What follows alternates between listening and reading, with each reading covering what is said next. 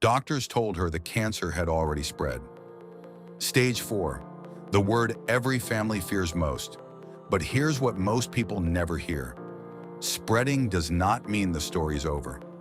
In Germany, doctors use a patient's own immune cells, trained in a lab to hunt the cancer down.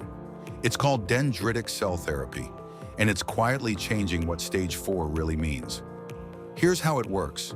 Immune cells are taken from the blood, then matured into dendritic cells, the immune system's instructors.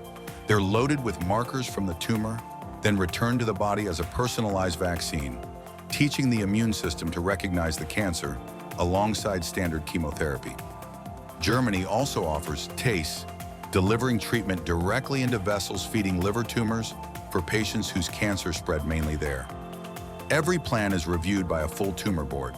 𝐃𝐞𝐳𝐝 offers a free case review, connecting you with specialists in Germany. Visit treatmentingermany.de